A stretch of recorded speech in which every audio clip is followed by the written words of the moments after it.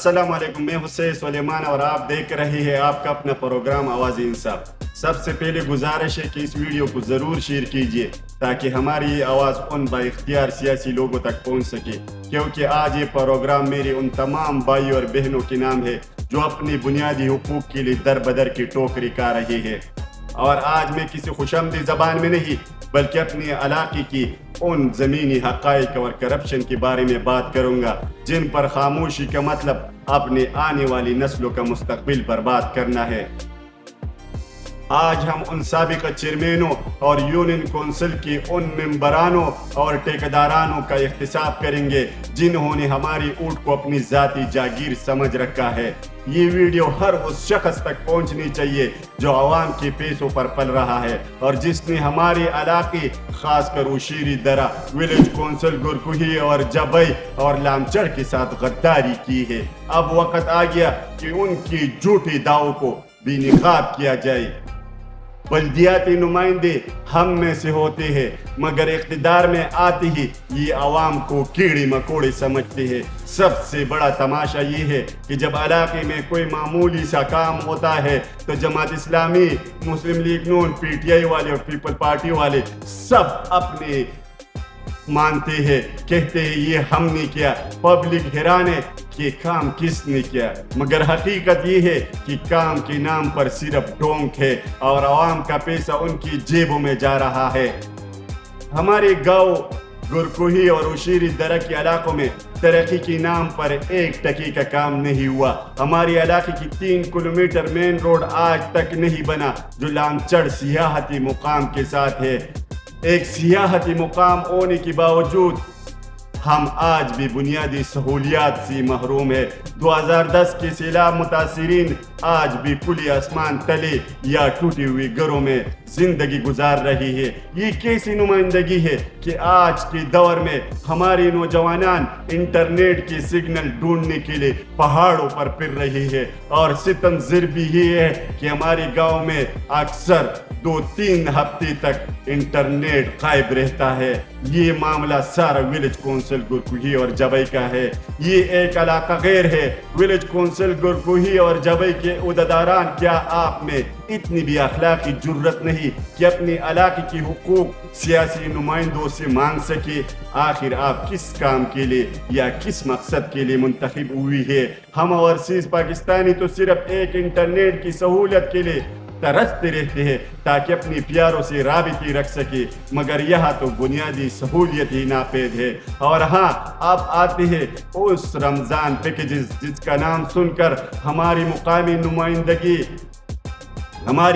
نمائندے لال پیلی ہو جاتی ہے۔ میں آج خاص طور پر ان لوگوں سے سوال پوچھنا چاہتا ہوں کہ ہماری یونین کونسل گرکوہی اور دیگر محلقہ کونسلوں میں جو رمضان پیکیجز آئی تھی وہ کس غریب کی جیب کی نظر ہوئی ہے؟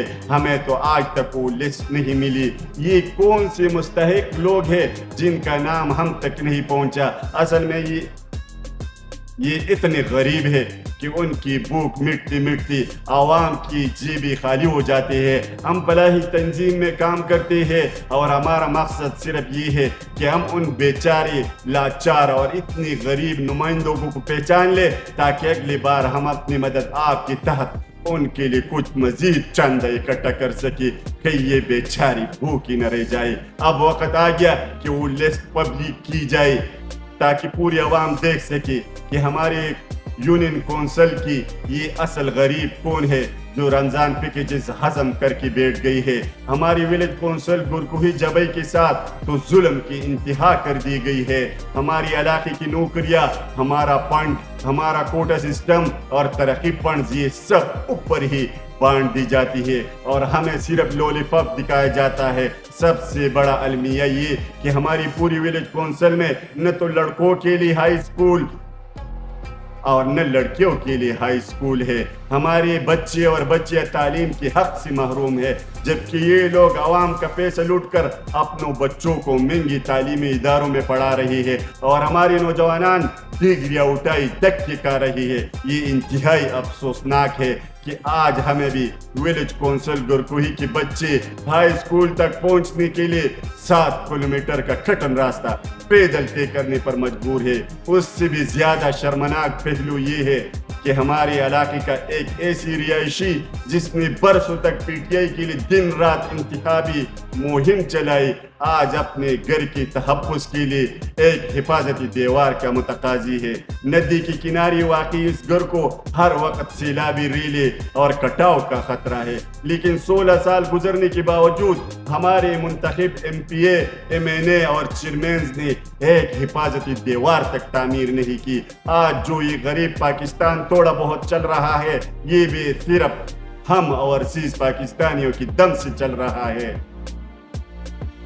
ہم ہر مہینے 30 سے 32 ارب ڈالر پاکستان بھیجتے ہیں جس سے یہ ملک چلتا ہے، لیکن یہ حرام خور ہمارا پیسہ کھا کر بھی پبلک کے لیے کچھ نہیں کرتے۔ میری قریبی دوستوں نے ان شکلوں کے لیے گھر گھر کمپینی کی، اپنی جیبوں سے پیسے خرچ کی، لیکن جب یہ کرسی پر بیٹھ گئی تو سب کو نظر انداز کر دیا، اور آج وہ سب ان سے ناراض ہے۔ مگر یاد رکھیے، دنیا گول ہے اور ان کو کرسی سے اترنے کے بعد پھر سے عوام کے پاس ہی آنا ہے۔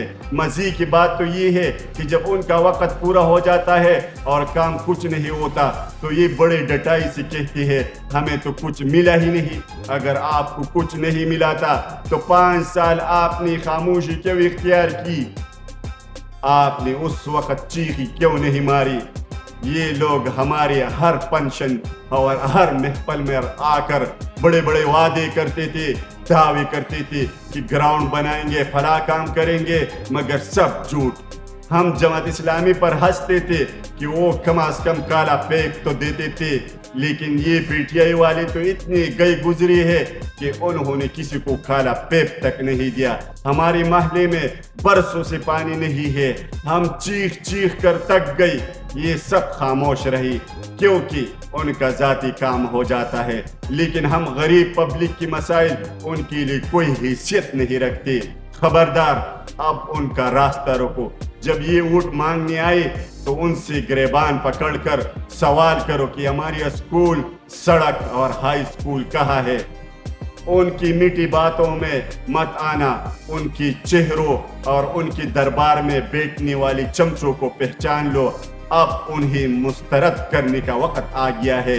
یہ ملک اور ہمارا علاقہ ہماری میراث ہے، کسی کی باپ کی جاگیر نہیں۔ شکریہ۔